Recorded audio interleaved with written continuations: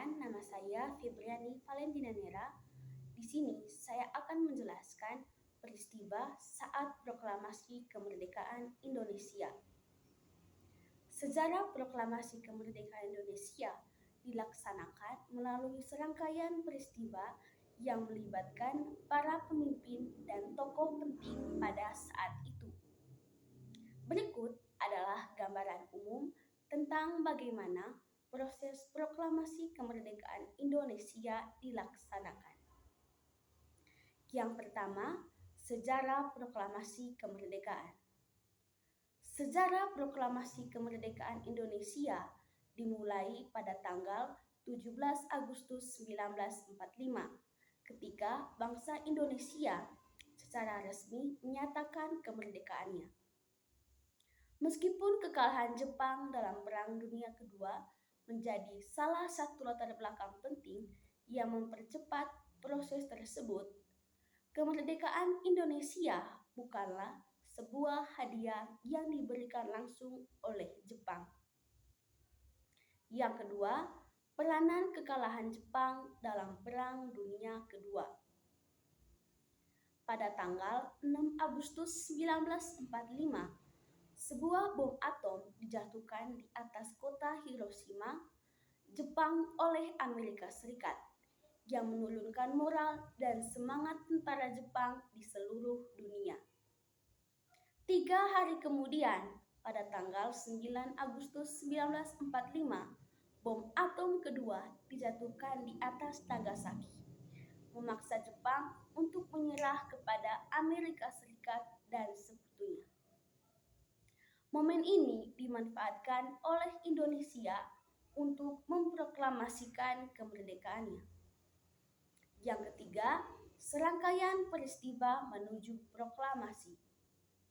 Pertemuan dengan Marsekal Terauchi pada tanggal 10 Agustus 1945, Soekarno, Hatta, dan Regimen Bioningrad diterbangkan ke Dalat, Vietnam untuk bertemu dengan Marsekal Terauchi.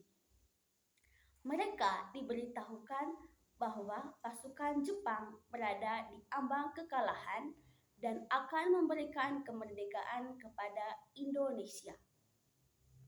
Pada tanggal 12 Agustus 1945, Marsekal Terauchi mengumumkan kepada Soekarno, Hatta, dan Regimen bahwa pemerintah Jepang akan segera memberikan kemerdekaan kepada Indonesia dan proklamasi kemerdekaan dapat dilaksanakan dalam beberapa hari. Desakan dan peristiwa Rengas Dengklok 2 hari setelah pertemuan di Dalat. Saat Soekarno, Hatta, dan Regimen kembali ke tanah air dari Dalat, Sultan Syair mendesak Soekarno untuk segera memproklamasikan kemerdekaan. Namun, Soekarno belum yakin bahwa Jepang benar-benar telah menyerah dan proklamasi kemerdekaan pada saat itu dapat menimbulkan konflik yang besar. Pada tanggal 14 Agustus 1945, Jepang menyerah kepada sekutu. Namun, masih memegang kekuasaan di Indonesia. Pada tanggal 16 Agustus 1945, peristiwa Rengas Dengklok terjadi. Para pemuda pejuang termasuk Chairul Saleh, Sukarni, Bikana, Sodanco Singgih, dan lainnya membawa Soekarno, Fatmawati, dan Guntur, anak mereka yang baru berusia 9 bulan, ke Rengas Dengklok. Tujuannya adalah agar Soekarno dan Hatta tidak terpengaruh oleh Jepang. Di sana, mereka meyakinkan Soekarno bahwa Jepang telah menyerah dan para pejuang Indonesia siap untuk melawan Jepang. Yang keempat, pelaksanaan proklamasi kemerdekaan. Setelah peristiwa Rengas Dengklok, Soekarno dan Hatta kembali ke Jakarta. Mereka bertemu dengan Mayor Jenderal Osugi Nishimura, Kepala Departemen Urusan Umum Pemerintahan Militer Jepang. Nishimura mengemukakan bahwa Jepang harus menjaga status dan tidak dapat memberi izin untuk mempersiapkan proklamasi kemerdekaan Indonesia seperti yang dijanjikan oleh Marsikal Terauchi di Dalat. Soekarno dan Hatta menyesali keputusan tersebut dan menuju ke rumah Laksamana Maeda untuk melakukan rapat guna menyiapkan teks proklamasi. Penyusunan teks proklamasi dilakukan oleh Soekarno, Muhammad Hatta, Ahmad Soebarjo, dan disaksikan oleh Soekardi, B.M. Dia, Sudiro, dan Sayuti Melik. Teks proklamasi ditulis oleh Insinyur Soekarno sendiri.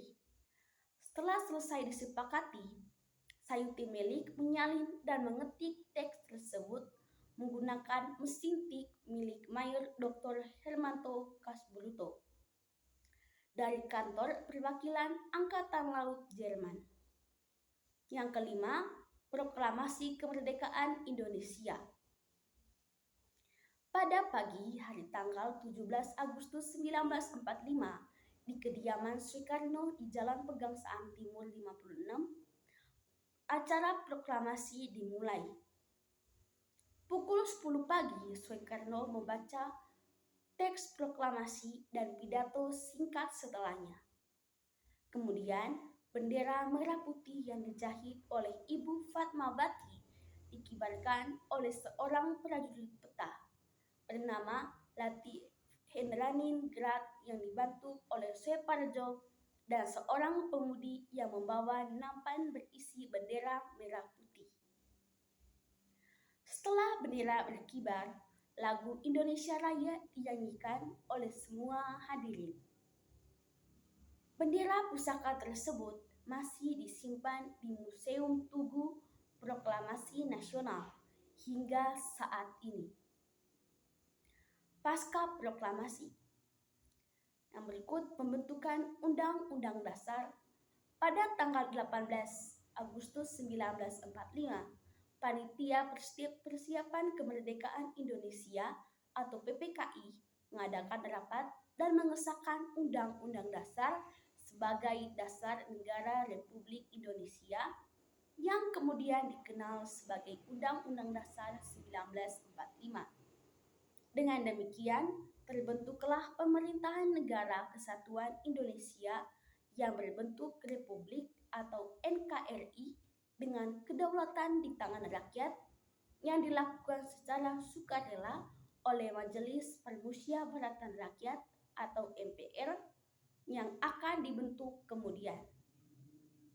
Pemilihan presiden dan wakil presiden setelah usulan dari Muhammad Hatta dan persetujuan dari PPKI, Soekarno dan Muhammad Hatta terpilih sebagai Presiden dan Wakil Presiden Republik Indonesia yang pertama.